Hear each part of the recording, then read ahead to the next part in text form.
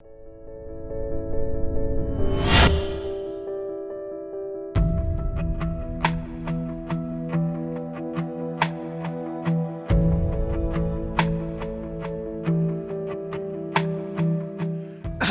you very much. I have very few slides, so I should probably start with some stories of my interactions with Maxim. I first met Maxim at the Gelfand seminar in Moscow. And unfortunately, I believe half of the audience was also present at that seminar. So whatever I will say, you probably know. But the other half probably wasn't present, so I will say anyway. So it was a seminar, this typical Gelfand seminar which starts very late, and then there are maybe 2 talks scheduled, and one never ends, and the second never starts. So that was a seminar where we were supposed to learn about Vasiliev invariance from Vasiliev, and about what is now known as Kontsevich model of topological gravity from Maxim. And somehow both talks started in some order, I don't remember which order, and then Gelfand immediately interrupted Maxim, saying that, well, the math you're talking about is okay, but you will never become a great mathematician because your voice is not loud enough.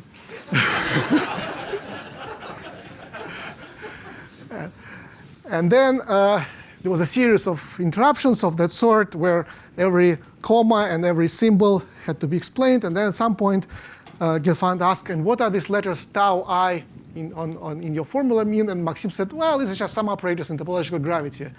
And apparently, the word gravity has such an effect on mathematicians that was completely clear to Gelfand. So he didn't ask any further questions. So then,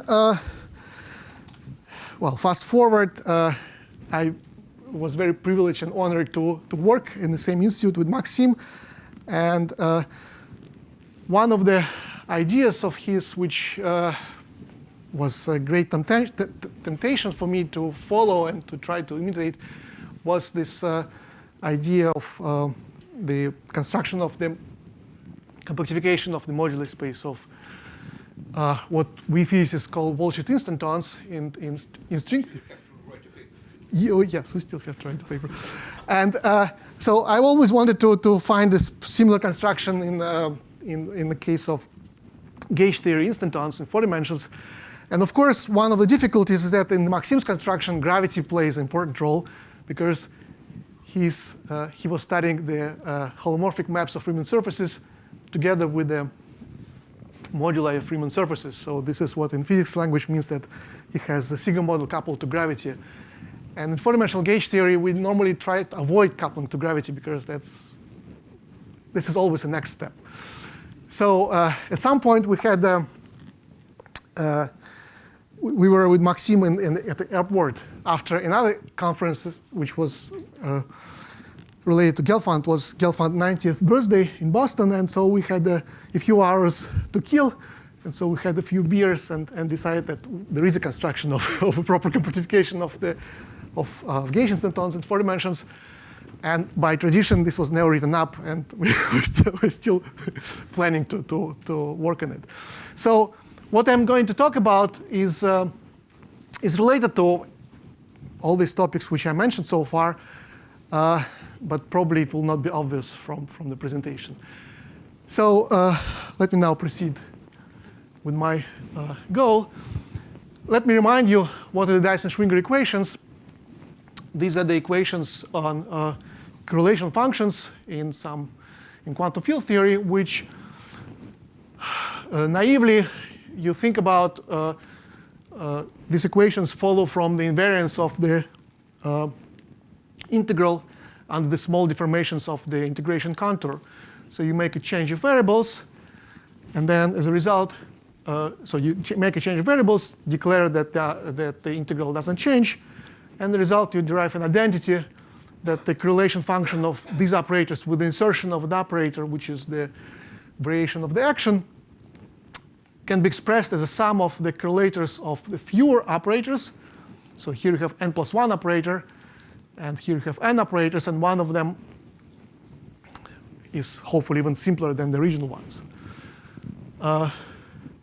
So whether these equations are useful or not, it depends on your luck. So if you can choose nice observables, and sometimes you choose a limit of your theory, this limit could be a classical limit, or it could be some more sophisticated limit, like a planar limit.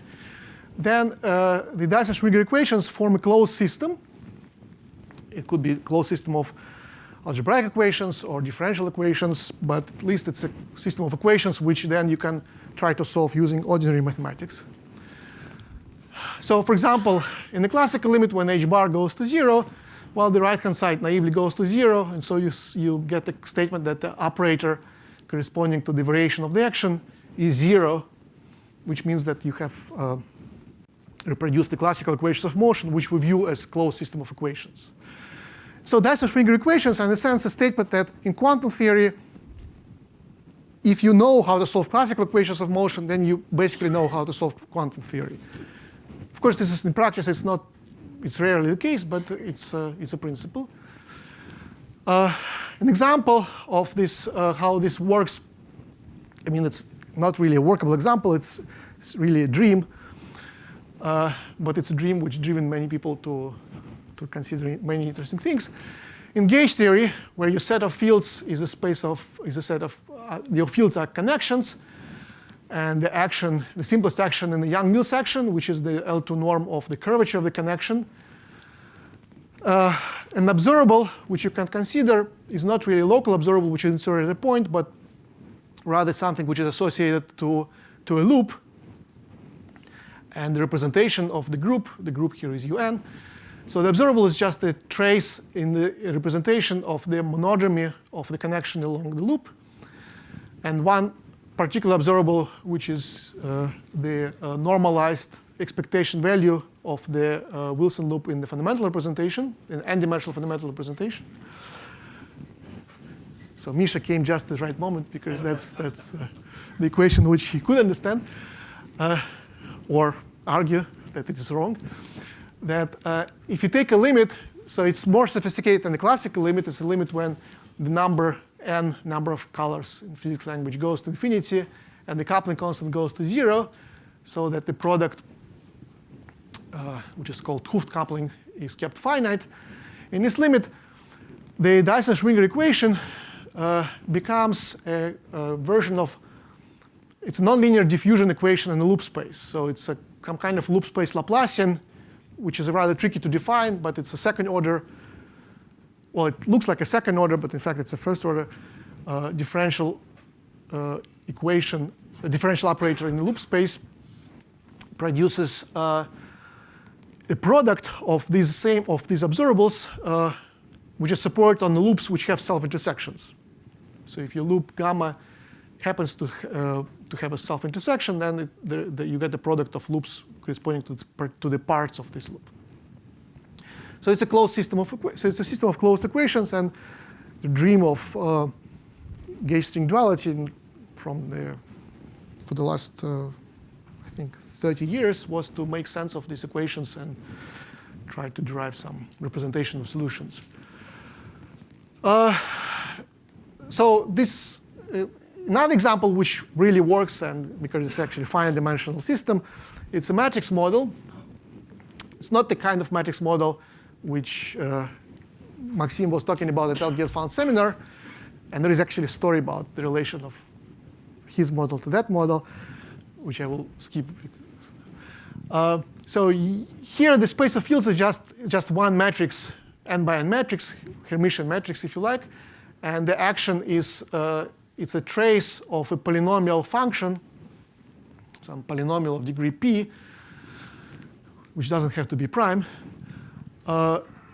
And the observable is what's called resolvent. So it's a trace of 1 x is a scalar minus phi this matrix, again divided by n. And then in the planar limit, when h bar goes to 0 and n goes to infinity, with the product fixed, the Dyson-Schwinger equations become an algebraic equation. In fact, it's an equation of the hyperelliptic curve. So some physicists know what it is. Where y is the expectation value of that observable, of that resolvent, shifted by the derivative of the potential. And G is a degree p minus 2 polynomial, which is to be determined from something which I will skip. So this is the example where the equations really work. And so the solution is presented in the form of a curve. And then you can study systematic expansion in H bar around this curve. Now, so this was a standard story. Now I want to generalize and go beyond what was discussed. So let me remind you that the path integral in quantum field theory typically involves summation. So in addition to the integral, there's also a summation. It's a summation over topological sectors. And for example, in the gauge theory, this would be the summation over the sectors of fixed instanton charge. So this is the integral expression for the instanton charge. And so formally, you have an infinite sum of integrals over different spaces, the spaces of connections on a bundle with of a particular topology. So I would like to find a non-perturbative version of Dyson-Schwinger equations, which would involve insertions of variation of the action with respect to not only small deformations of the contour, not only small shifts of the variables, but also large deformations, which would take you from one instanton sector, for example, to another. So this delta A, it's a small variation of a connection almost everywhere in space-time except for a small region of a neighborhood of a point where an instanton charge is supported. So this is like adding a point like instanton. It is actually very hard to make this well-defined and precise, but I will present an evidence that this is actually that it actually works, and so such relations exist. So let me just make a historical remark that this consistency between the perturbative expansion and so the kind of equations which you get from the perturbative small variations of the field variable and non-perturbative expansion was used by Novikov, Schiffman, Manstein, Zakharov in the exact computations of beta functions in supersymmetric theories. So that's, as a principle, this is not something really new. So this is experimental theoretical physics. So I'm going to find a set of interesting examples. And from that, hopefully, one would extend this idea to more general cases. But for the moment, I'm just playing with these theories which I know best. So these are gauge theories and Sigma models. Maybe it's a good point to tell you another story about Maxim. So now that I mentioned Sigma models, so it's a bit redundant because it refers to the story which I already mentioned, but nevertheless. So at this first Gelfand seminar where I met Maxim, after the seminar, Gelfand assigned his senior and junior pupils to give a series of lectures and seminars to students who just came to the seminar because they didn't know anything, and I was among these people. And so there were some seminars on statistical physics, on I don't know, representation theory, and other things. And one seminar was called string theory, which was given by an algebraist who actually, I think, didn't know about string theory. But so I will not mention his name, but he said something, which was that at the first seminar, he said that, well, did you hear the talk by Maxim? Did you get this impression that once he approaches a problem, that after that, there is no sense of thinking about this problem because the problem is completely solved and there is nothing you can add to this? So this is why I will not talk about Sigma models today. So I will talk about supersymmetric gauge theories and Sigma models in the back of my mind, but I will not say about them. And more precisely, I will talk about n equals 2 supersymmetric four-dimensional gauge theories and a particular class of gauge theories. So let me remind you that supersymmetric gauge theories with extended supersymmetry n equals 2 have two kinds of fields. So they have so-called vector multiplets, which contain gauge fields, and a complex scalar, and two fermions, all in the adjoint representation of the gauge group. And the so-called hypermultiplets. These are matter fields, matter representations, which involve two complex scalars in conjugate representations of the gauge group and two fermions. And the particular class of theories which I will consider will be the theories for which the gauge group is a product of unitary groups, and the representation is a sum of some number of bifundamental representations. So these are representations which are tensor products of the defining n-dimensional representation of one factor and its conjugate for another factor, maybe the same factor, and some number of fundamental representations. So this is n stands for the defining n-dimensional representation of the gauge group factor u and I, and mi bar is a multiplicity space. So you may have some number of copies of these fields. So this is the same in a more physical language. So you have, and mathematically, these theories are called quiver theories, and they, the data which you need to specify to define such a theory is an oriented graph.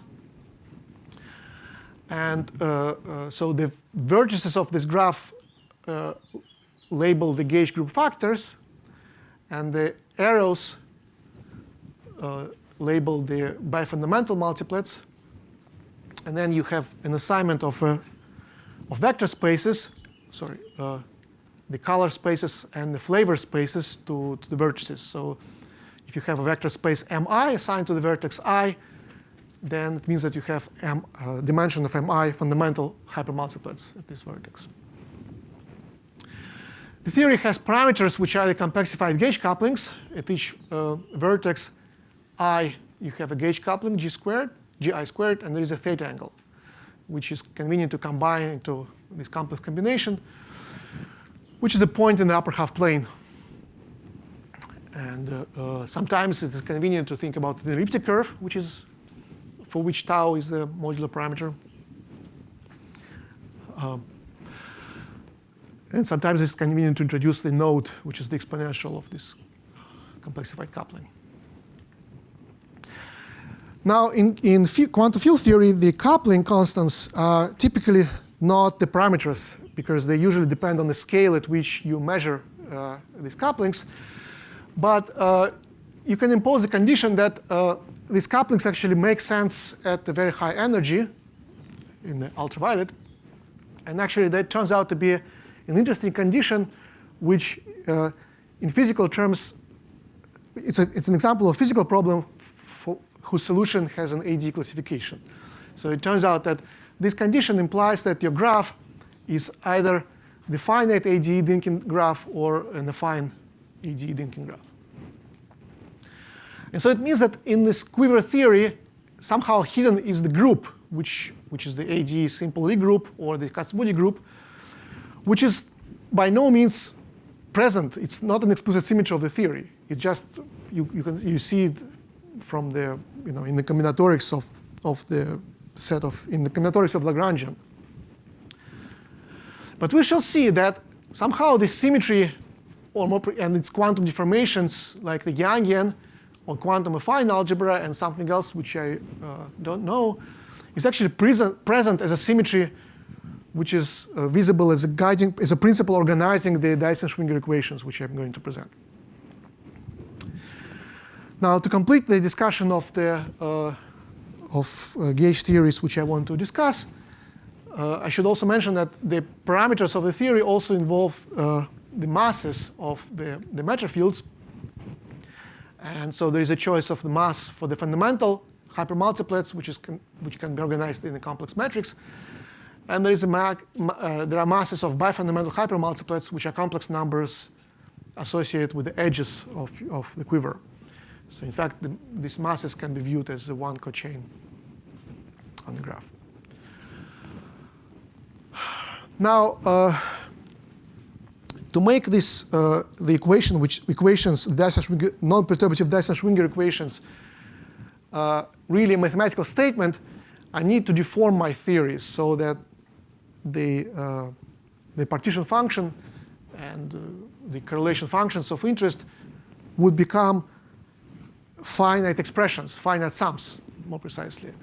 So I will subject my theory to two deformations. So one deformation is so-called omega deformation. It's a deformation which shifts the scalar field phi in a Lagrangian by a covariant derivative in the direction of the vector field in space-time, which generates rotations. So you have two independent commuting rotations in 4 dimensions, and so you take them with parameters epsilon 1 and epsilon 2. So, and these will be the deformation parameters of this omega deformation. The term omega stands for the standard notation for the Lorentz generators, Lorentz parameters of Lorentz rotation in textbooks, which is usually denoted by omega. So this is why I call this omega. So these parameters epsilon are parameters of dimension of mass, and this deformation breaks translational invariance of the theory down to rotational, to the rotations which commute with these rotations. So the idea is that if we can solve the theory with this deformation, then we can recover the original theory by taking the limit when epsilon goes to 0. But the theory with this deformation, at least some correlation functions are easier to compute. Another deformation, which is also interesting and useful, and which effectively is responsible for why I worked at IHS for a long time, is the non-commutative deformation, where you replace the space-time, the ordinary space-time R4, this is a Euclidean space-time, by a non-commutative space. So it's an algebra, essentially it's a Heisenberg algebra. Very naively, you just say that the coordinates in this new space do not commute, and the commutator is a constant matrix theta. So it's an algebraic deformation of, in a sense, of a Lagrangian. You make the coordinates in space-time, and therefore the fields of your theory operators in some Hilbert space, which is the representation of this algebra. The simplest representation of this algebra is, of course, the space of states of two harmonic oscillators. Again, if you solve the theory with this deformation, and then by the limit theta going to 0, you can recover the original theory.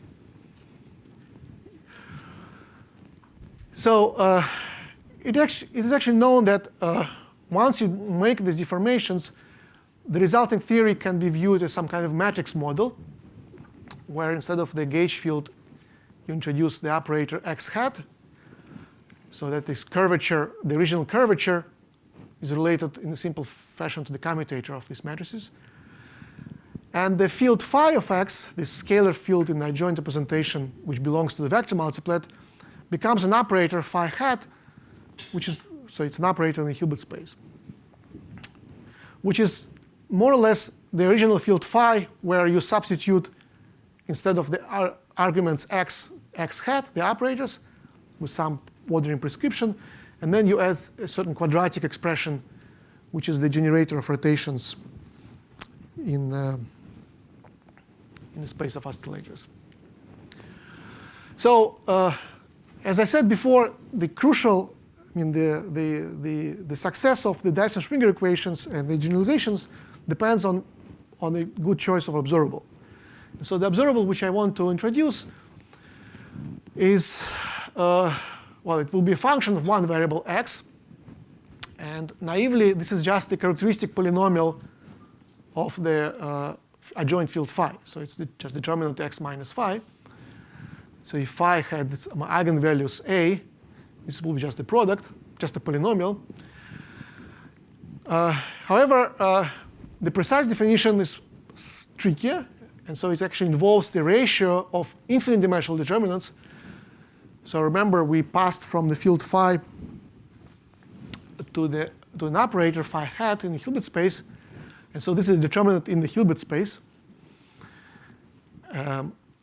So it turns out that the proper definition is the ratio of these determinants.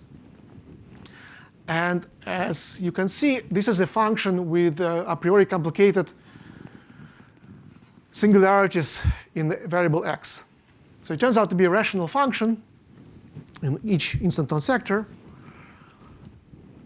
It's a rational function of degree n. So for large x, it behaves as this polynomial of degree n, but then it has corrections in negative degrees on x.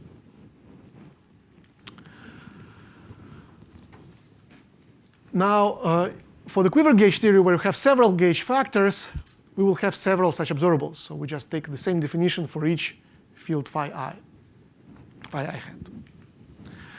So the main claim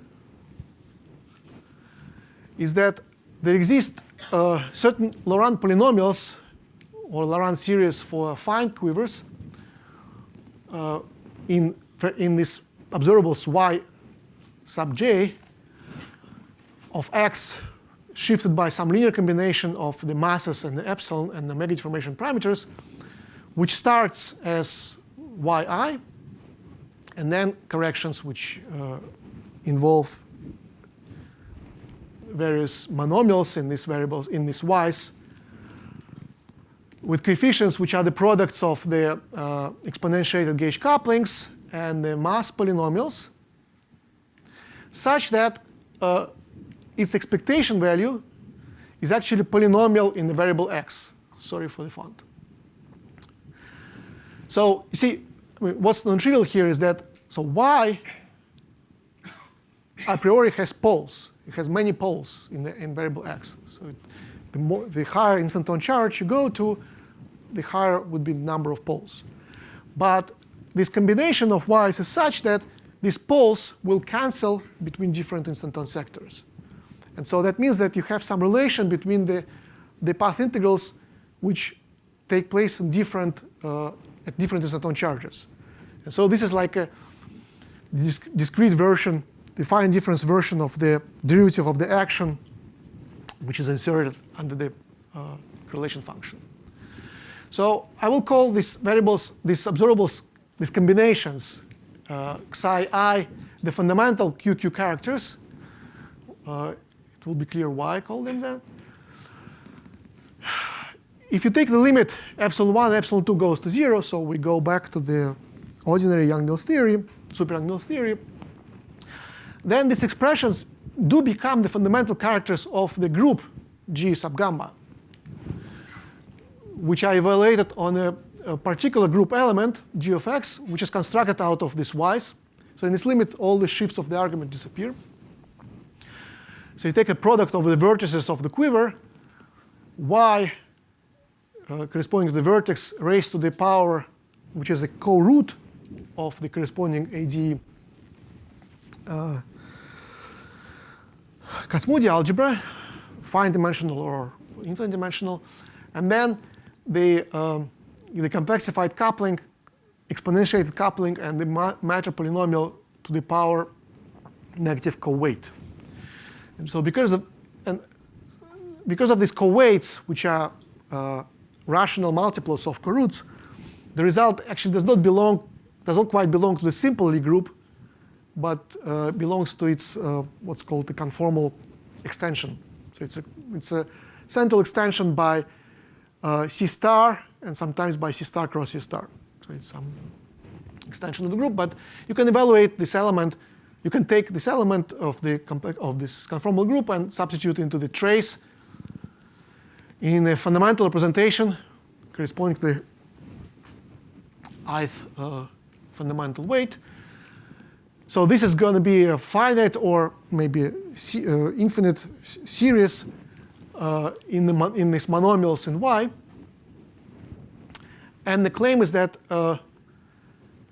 in this limit, epsilon 1, epsilon 2 goes to 0, the expectation value of this monomial, of this expression is a polynomial in x.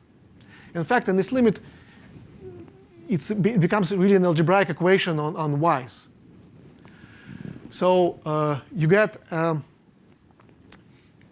map. So you get a map from. So you get a one parametric family of the conjugacy conjugacy classes in the group CG gamma such that the corresponding class functions, conjugacy invariant functions, are polynomial. So you have a rational map, rational curve in a space of conjugacy classes on the group. And so you get a curve which you can lift to a curve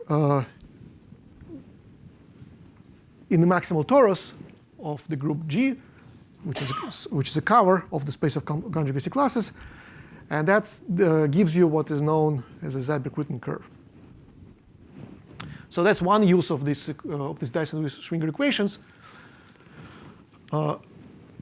If you take the limit when only one of these epsilon parameters goes to 0, then these expressions psi I become the fundamental Q characters of the Yangian of the Lie algebra G sub gamma, which were constructed by Knight. And if you do a slight generalization of the story which I presented, you take the 5-dimensional theory, compactify it on a circle, then these expressions become the Q characters of the quantum affine algebra, which were introduced algebraically by Frankel and Reshetikhin. And again, the claim is that you now get a one-parametric family of the conjugacy classes, which you suitably define conjugacy classes in the Yangian or in quantum affine algebra, such that the fundamental characters, fundamental Q characters, are polynomials in X. So you have a rational map. Now, to discuss the case of general epsilons, which is kind of interesting, because it's sort of the double quantum deformation of the classical theory of characters and conjugacy classes, and also to explain how I write the general expression for this QQ character, I need to use Nakajima's quiver varieties, which are associated with the same quiver gamma, and two-dimensional vectors W and V. So this variety is it's actually a Happy-Keller quotient, which here I will write as a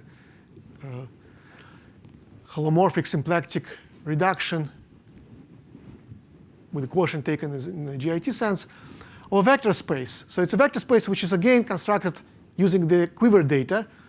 You have the space of homes between the vector spaces assigned to the ends of each edge from the source to the target, and the homes from the vector space assigned to between two types of vector space assigned to vertices, V's and W's.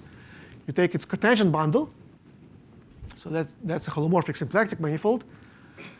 And the group GLVI, which naturally acts in these spaces, preserves the holomorphic symplectic form.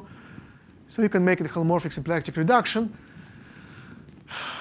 There are some stability parameters, which I will skip, and the result is the quiver variety.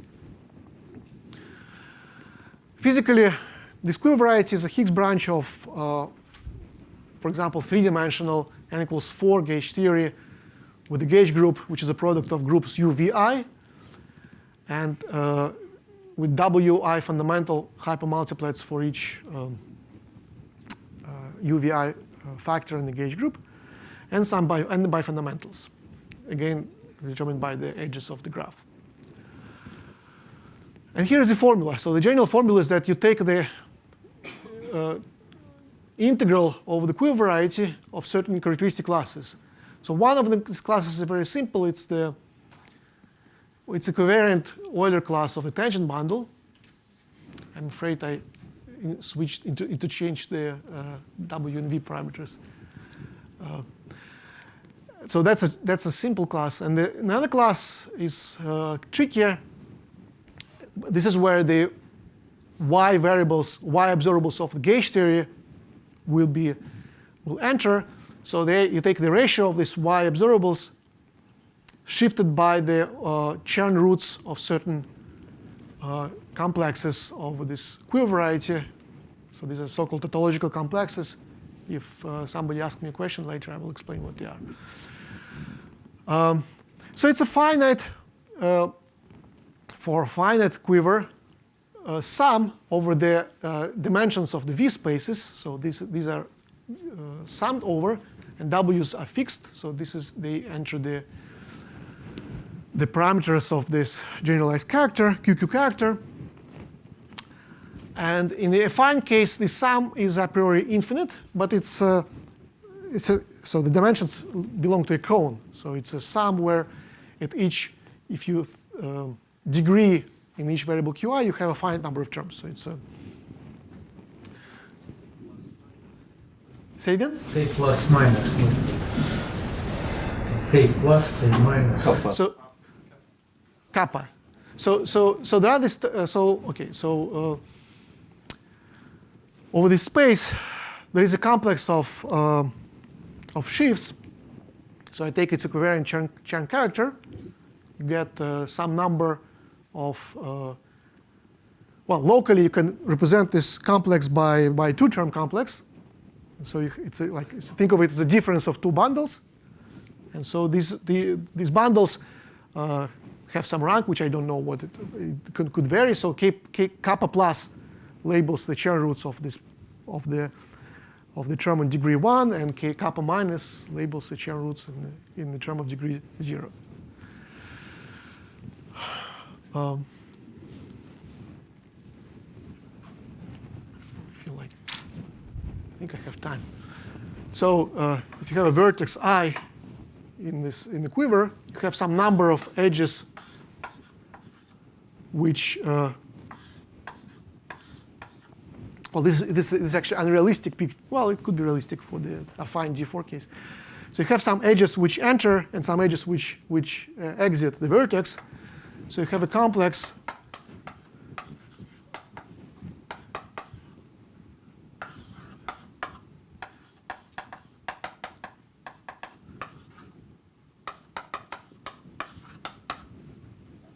you use the maps. So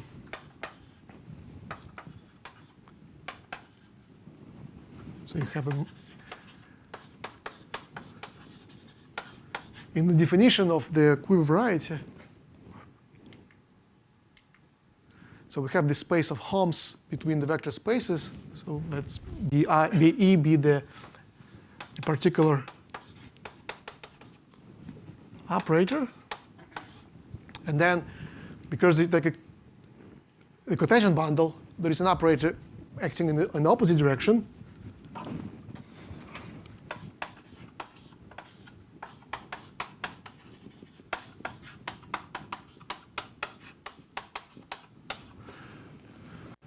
So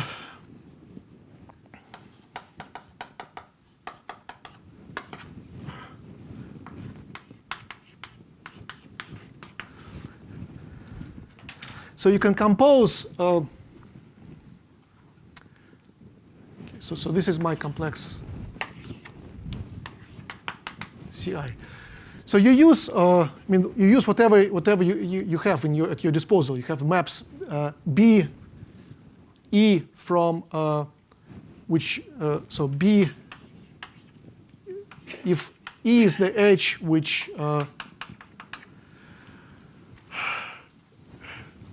whose source is I, so this is this edge.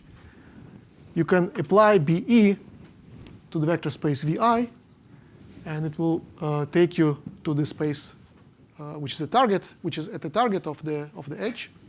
And so that's one of the linear maps which enter the definition, and the same for other arrows.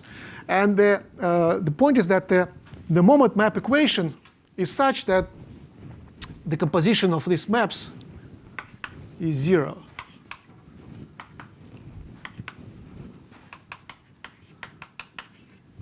So you have a complex canonically associated to each vertex. So it is this complex, so the Chern roots of this complex that, the covariant Chern roots of this complex that we use here. So it's a general formula, but it's too abstract and scary, so let me give you examples where it becomes something very simple. So let's consider, to be specific, the theories with a single gauge group factor. So UN gauge theories.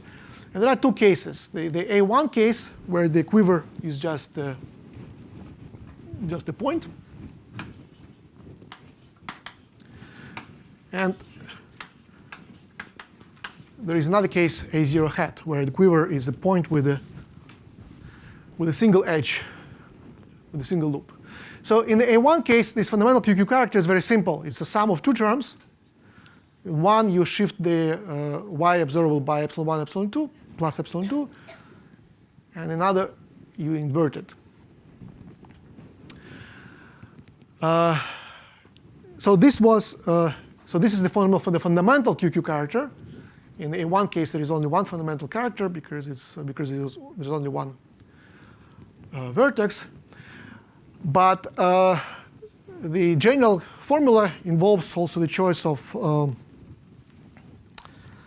there is a choice of a vector space W and some parameters, which are the equivariant Chern roots of this vector space. So these are W complex numbers, nu1, nu w. And so the general formula is a little bit more complicated, and I think it didn't fit my. Oh, no, it is, yes. So it involves products. So it's a sum over all partitions of the set 1 through W into two disjoint sets. And so it involves the ingredients like in this formula, y shifted and y inverse, which is not shifted. But there is a prefactor which uses independently epsilon1 and epsilon2. So this is where the QQ character differs from the Q character. So this is why it's really a deformation. And the claim is that the expectation values of all such observables in n equals 2 theory are polynomials in X. So it's an infinite set of non-trivial equations. And the second example is this A0 hat theory, which is known also as n equals to 2 star theory. It's a theory with massive adjoint hypermultiplet. It has one parameter, which I call mu, the mass of the adjoint hypermultiplet. It's what I used to be called M sub e, the mass associated with the edge.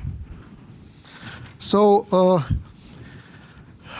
even though physically it seems that the asymptotically conformal theory, which is the theory with fundamental hypermultiplets and the theory with adjoint hypermultiplet, should not be very different, the expression for the QQ characters is drastically different. And the reason is that this theory has this hidden symmetry. It's a Youngian of SL2, and here it's a Youngian of the Kac-Moody, U1 Kac-Moody. So here's the formula. It involves, it's a sum over all partitions, all Young diagrams. So if not for these complicated factors, this sum would give you the Dedekind function which you saw in the previous lecture, except it was raised to the power 24. So here it's a kind of a dressed version of that formula, which incidentally, if you specify parameters, can produce Dedekind function raised to interesting complex powers. Anyway, so here it's a sum over all partitions, and then you have the product over the boxes on the boundary of partition, on the boundary of Young diagram of the partition. So this is the Young diagram of my partition. Then I use color chalk. This is how far we went from the times described by Ludmil. So this is so these are the boxes, the squares in the. So this is partition lambda. This is what I call delta plus of lambda. So these are the squares which can be added to the partition. And these are the squares which can be removed from the partition, from the Young diagram. So I call them delta minus of lambda. And so you have the product where the terms with the red boxes, well, with the positive boxes are in numerator, and the ones which can be removed are in denominator. And there is some prefactor, rational prefactor.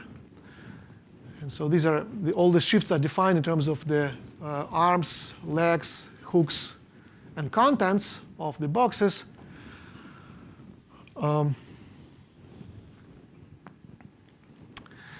Now, so the applications. So okay. So again, the main claim is that the expectation value of this observable, and there are also the versions with W's, which I will not write because it will take too much time.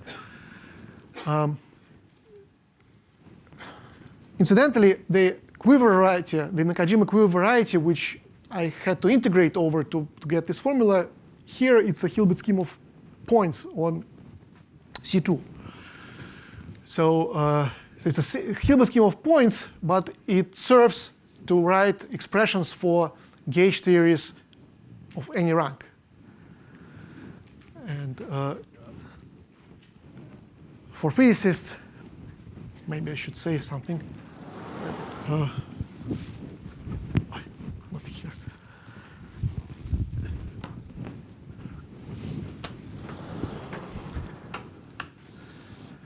If so, this is the picture of R4 where my gauge theory lives.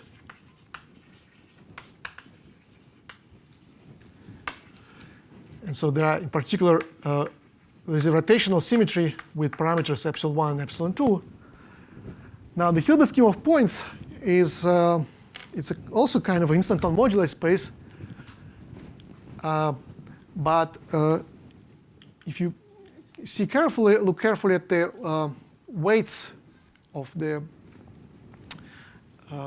rotational symmetries acting on C2 in which this Hilbert scheme of points lives, they actually live in a transversal space.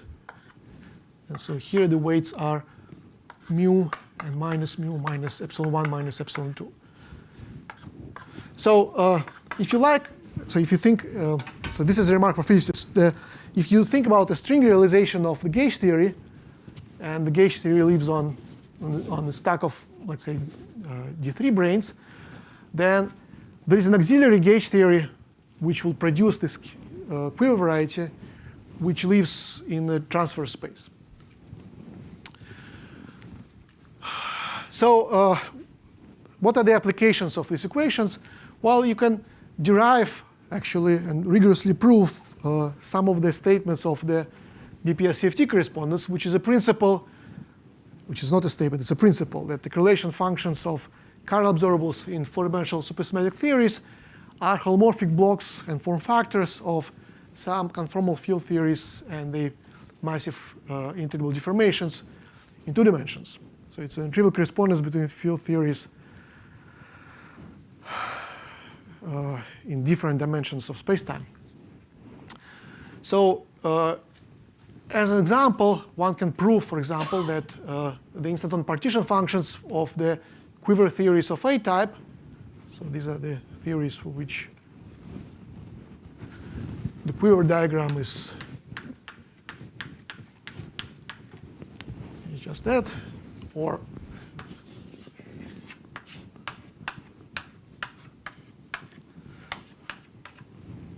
an n-gon for special choices of masses obey the equations of Belavin, Polyakov, and Zamolodchikov for the decouplings of null vectors in representations of Virasoro, which is the prediction of Aldai, Gayota, and Tachikawa. And so this is the mathematical proof of that.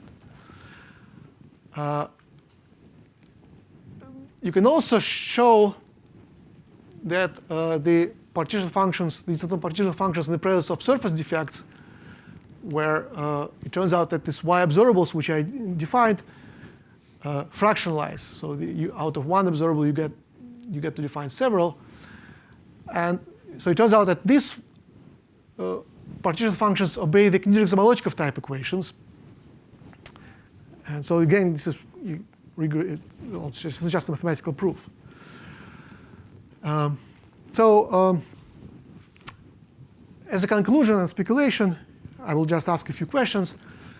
So we know that the this ADA symmetry, even though it is not possible, at least not in any simple way, possible to see in gauge theory as in quantum field theory, nevertheless, it is visible in string realization of the theory, because that's an enhanced gauge symmetry in type 2A description and tensor symmetry in type 2B description. So the question is, what is the meaning of the Youngian deformation of this symmetry G gamma in string theory? Is there any role which it could play? And others, again, so the gravity now comes back. So far I discussed the theories on rigid space-time, but it is tempting to speculate that there must be also Dyson-Schwinger equations which involve changing the topology of space-time. And so maybe one could derive a nonlinear version of Miller-DeWitt equation on the wave function of the universe, which would be much more useful than the linear equation, which doesn't fix much. And maybe it could be used as a symmetry principle of the landscape of string vacuum. And there are many mathematical questions, even at the level of the equations which I described so far. One is to find a version of these equations in the context of topological strings. So there is an overlap of the problems which I described in the language of gauge theory and the problems which can be defined in the context of topological strings, let's say of A-type or non-compact Calabi-Yauss. So there must be a version of these QQ characters which would serve all Calabi-Yauss, all toric Calabi-Yauss. Another question is to derelate the QQ characters, which have two parameters on equal footing, epsilon1, epsilon2 in the Youngian case, and the exponents in the quantum affine case, to the QT characters, T deformations of Q characters studied by Nakajima and Frankel and Hernandez. So conjecturally, these are the same things, but so far the definitions which I saw looked very much different. And the last is my acknowledgement of my thanks to all my collaborators who helped me learn these things over the many years of research. Thank you.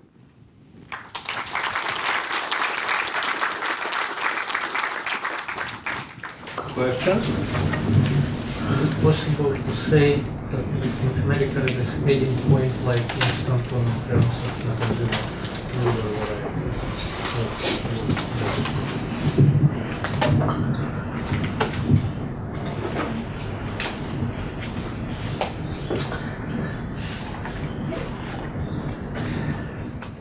Maybe, but I'm not sure.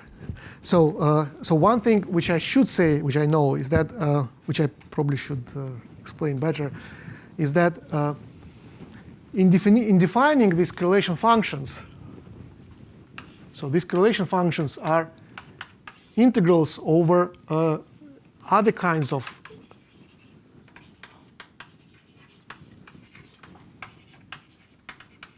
quiver varieties.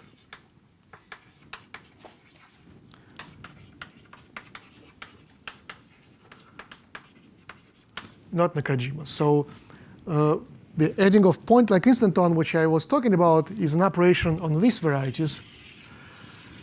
But the statement that there is a particular combination of y observables which I insert here, which is an integral over Nakajima variety, and it's a combined thing which has these nice properties of being a rational, being a polynomial function, means that there is it's an extension of Nakajima correspondences which he constructs on these spaces to the product spaces. So maybe in the language of this picture, so you see Nakajima varieties are more or less modular spaces of framed instantons, torsion-free sheaves, and some kind of version of on this space. And the quiver instanton varieties, which I call the other quiver varieties, live on this space. So from the algebraic geometric point of view, what you study sheaves well, this is in the fine case. You study shifts on the four complex dimensional. So this is a four-dimensional variety, complex, which is a product of C2, or you can compactify it to CP2 and an orbifold, where gamma is a subgroup of discrete subgroup of SO2. And so you study shifts which are supported on this cross. So they're supported here and there. And so even though it's a singular variety, somehow it seems that there is a good